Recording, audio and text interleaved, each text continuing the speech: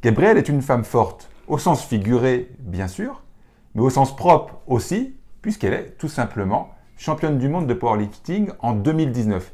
Gabrielle, la première question que je veux te poser, c'est à l'époque, quel était ton split dans la semaine? Alors mon split dans la semaine, à l'époque je m'entraînais sur 4 jours.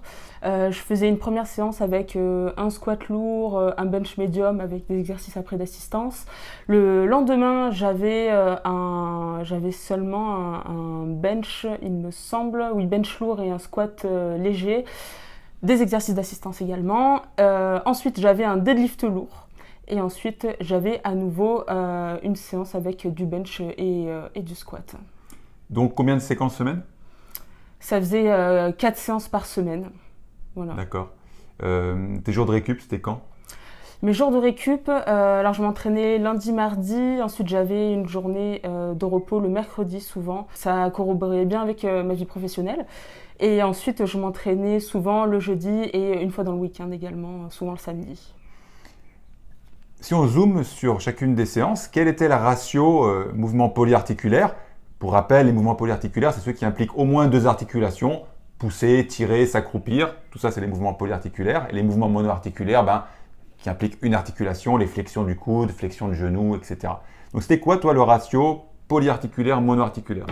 Alors, j'ai jamais vraiment étudié ce ratio-là. C'est vrai que je me focalisais plus sur la fréquence des mouvements que je faisais, des mouvements spécifiques qu'on retrouve en force athlétique. Donc, le squat, le développé couché. Bon, ceux-là, ils sont polyarticulaires, et le ça c'est soulevé de sûr. terre, voilà. Après, en monoarticulaire, qu'est-ce que je pouvais retrouver? Tu faisais du soulevé de terre roumain, par exemple? Soulevé de terre roumain, non, j'avais que Du good morning? j'avais que des mouvements spécifiques. J'avais surtout des mouvements de tirage, tirage sur le plan vertical, horizontal. Ah, donc pour le haut du corps, tu en avais plus de monoarticulaire? Enfin, un mouvement de tirage, c'est polyarticulaire. Ouais, Donc. souvent, parce qu'en fait, j'avais déjà tellement de volume d'entraînement qui concernait le bas du corps, comme le squat et le soulevé de terre, pardon.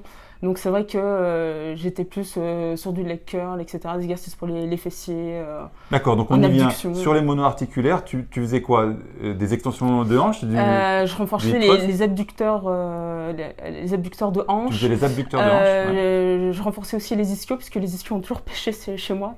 Ah, tu les renforçais dans leur fonction de flexion de genou? Flexion de genou, ouais, Donc exactement. leg curl. Voilà.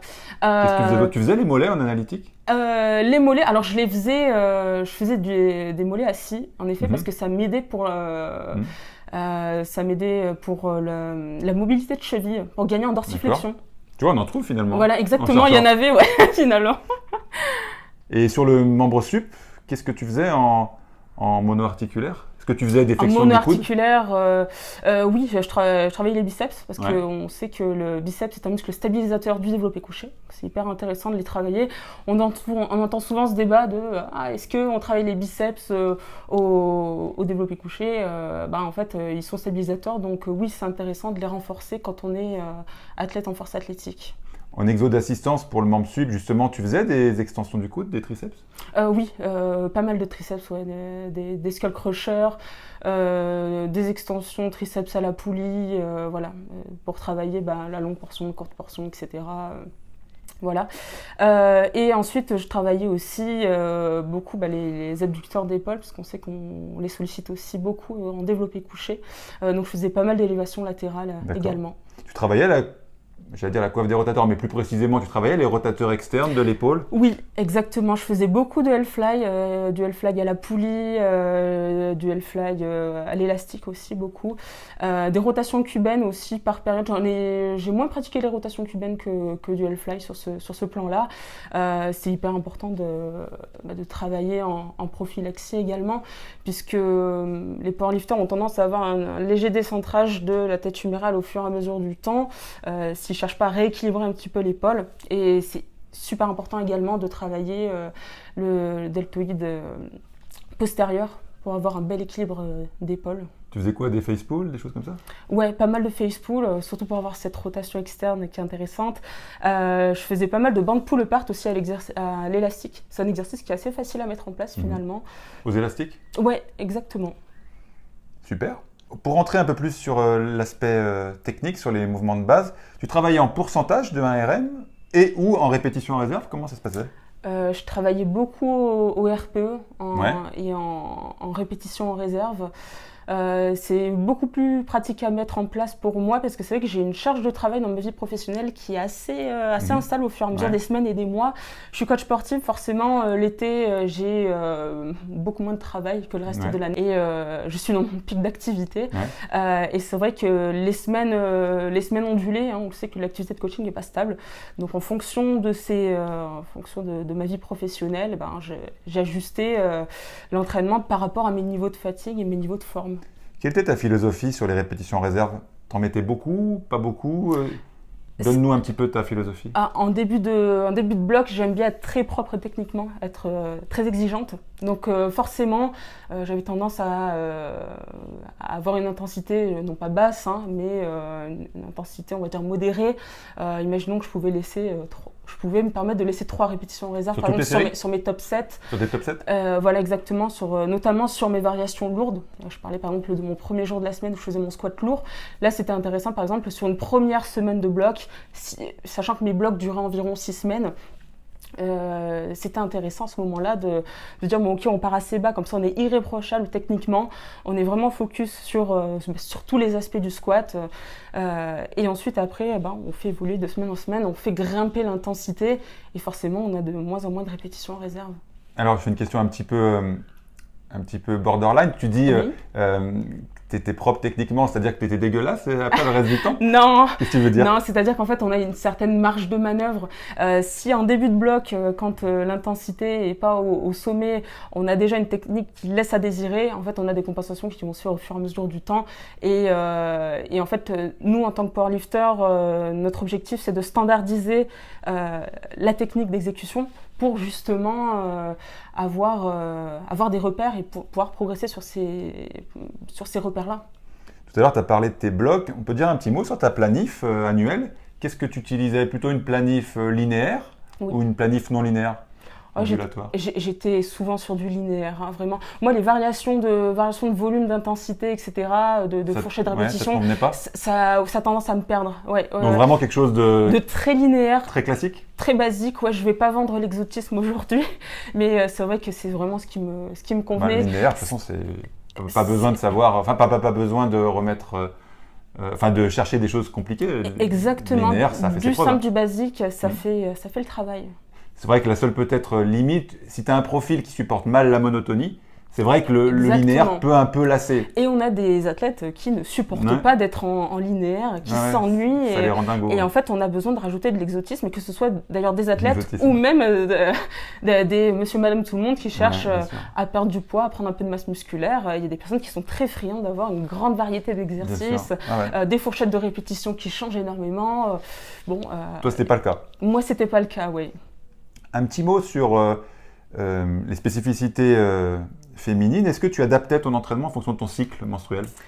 Alors, il y a quelque chose à savoir chez les athlètes féminines, c'est qu'en fait, il faut tout simplement déjà déterminer si le cycle menstruel, notamment la période de règles, cette fameuse semaine du mois, est dérangeante pour la personne ou pas. Par exemple, si une femme qui aurait beaucoup de douleurs, aurait beaucoup de symptômes, éventuellement, ça serait intéressant pour elle de faire certaines modifications, certaines adaptations de la planification. En revanche, si la femme n'est pas du tout impactée par son cycle menstruel, on ne le prend pas en compte, en fait, tout simplement. Et pour parler de moi, je suis très impactée sur les 2 premiers jours de règles. J'ai d'ailleurs pas eu beaucoup de chance en compétition parce que c'est déjà tombé sur ce jour-là. Et donc ce que je faisais, c'est que j'avais tendance à prendre un jour off complètement. Je prenais un jour off et puis alors je décalais légèrement mes séances pour regagner mon rythme hebdomadaire. 2 jours impactés par cycle, c'est pas méchant. C'est pas énorme. 2 jours. Il y a des femmes, j'ai des athlètes qui sont plus embêtées que ça, quoi. Oui. Qui ont un syndrome prémenstruel. Là, ça faisait pas 2 jours, là. Oui. Donc, exactement. Pas trop embêtée. Moi, je suis plutôt épargnée par ça. Ouais, c'est vrai que à part le moral dans les chaussettes, éventuellement une petite baisse de morale ce qui fait 2 jours avant. Mais rien de catastrophe. Exactement, rien d'invalidant pour l'entraînement et pour la progression. On peut dire un petit mot de ton alimentation. Tu comptais tes macros? à l'époque? Oui, exactement, ouais. Je comptais mes macros, alors j'étais pas non plus ultra drastique sur les périodes loin de l'échéance. Tu tirais en moins de 75? Oui, la première année de powerlifting, j'étais en moins de 82,5. Ouais. Et l'objectif de la deuxième année de compétition, c'était de faire les mêmes barres ou mieux titre, c'est en en moins de étant. 75. C'est en moins de 75, ouais, Quel fédé? exactement. En WPC. D'accord. Donc tu comptais tes macros? Je comptais mes macros, voilà, et surtout en période d'approche de compétition, surtout sur les 3 derniers mois, puisqu'il me fallait perdre du poids. T'étais loin? Il y avait, j'étais aux alentours des 78 kilos. 78 kilos pour arriver en moins de 75, c'est pas énorme, Non. mais on a des athlètes qui préfèrent avoir T'étais très des sèche ou pas? stratégies. Non, je restais quand même grassouillette, sachant qu'après j'ai voulu tirer en culturisme. Ouais. Et en culturisme, il y en avait à enlever, ouais. Alors c'est souvent une illusion qu'on donne d'ailleurs, on a l'impression qu'il n'y a pas grand chose à enlever, alors qu'en fait, on se rend compte que quand on veut être vraiment sec, il faut aller, Mais là, faut en aller power, chercher le c'est pas le régime. même débat, quoi. Exactement, c'est pas la même chose, c'est pas la même discipline. Donc voilà, j'avais de la marge. C'est vrai qu'on a des athlètes qui sont à l'aise sur des stratégies de dernière minute, des water cuts, etc. Je suis plutôt preneuse des stratégies sur du moyen terme, on va dire. Et c'est pour ça que j'ai fait un déficit calorique progressif en augmentant 3 kilos, mon NEAT. 3 kilos sur 3 mois, quoi, finalement. Exactement, oui. En plus, si tu dis, pour te citer, grassouillette, oui, t'allais pas prendre de risque sur ta masse maigre. Exactement. Et donc, à la pesée, je crois que je pesais 73,5, j'avais de la marge. Parce que justement, on devait prendre l'avion, hein, c'était un championnat mondial. Donc, forcément, on ne sait pas, au niveau de la rétention hydrosodée, on ne connaît pas trop les répercussions. Ouais. Exactement. On ne va pas trop jouer avec le feu, donc il vaut mieux avoir de la marge. Super. Petit mot sur ton coaching. Tu étais coaché, tu l'es plus. Enfin, non, on va parler que de ton titre en 2019. Tu étais coaché ou tu t'auto-coachais? J'étais coachée par mon compagnon, Yoann Albignac, qui est spécialiste de l'entraînement en force athlétique, qui s'occupe d'ailleurs que des compétiteurs en culturisme et en force athlétique. C'est ses 2 spécialités. Il n'aime pas les sédentaires, lui. Il est pas sympa. Lui, c'est performance. Les gens, là, les pauvres qui veulent être en meilleure santé, on s'en fout. C'est ça. D'accord. Poussez lourd et taisez-vous. C'est ça. Donc tu étais coaché par Yoann. J'étais coachée par Yoann qui s'est très bien occupé de moi sur cette préparation qui n'était pas facile parce que j'ai eu des problèmes justement plus d'un point de vue organisationnel puisqu'en fait la salle dans laquelle je m'entraînais à l'époque ne voyait pas d'un bon œil les athlètes en force athlétique. Il n'y avait pas de salle de power à l'époque. Et ouais, exactement. Là, on a des clubs qui se sont ouverts. Hein, on a des gens qui font de très belles choses. Ouais. On a mais le power, c'est devenu à la mode. Power ça Athletic Gym en à côté. On a des gens qui font des choses chouettes, ouais. Mais alors là, je m'entraînais dans une salle commerciale avec des personnes qui sont à la tête de cette entreprise, mais qui ne sont pas des passionnés, qui sont des commerciaux, des businessmen. Et forcément, ma pratique, il la comprenait pas, ouais, exactement. Ok. Merci beaucoup pour ce partage, Gabrielle. Dis-nous un petit mot de ce que tu fais dans la vie, parce que c'est pas ton métier, tirer des barres. Exactement, j'en vis pas de soulever, de tirer des barres. Pas beaucoup de gens en France qui vivent de ça. Exactement. Alors moi, je suis coach sportif sur la région lyonnaise.